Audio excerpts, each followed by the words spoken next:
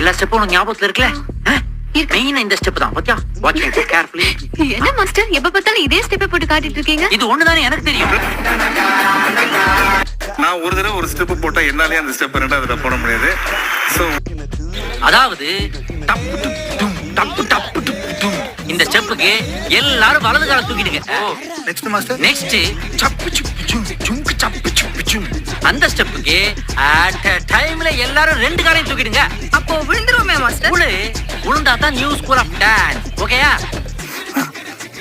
அதான் 1 2 அதேதான் 1 2 done done done done.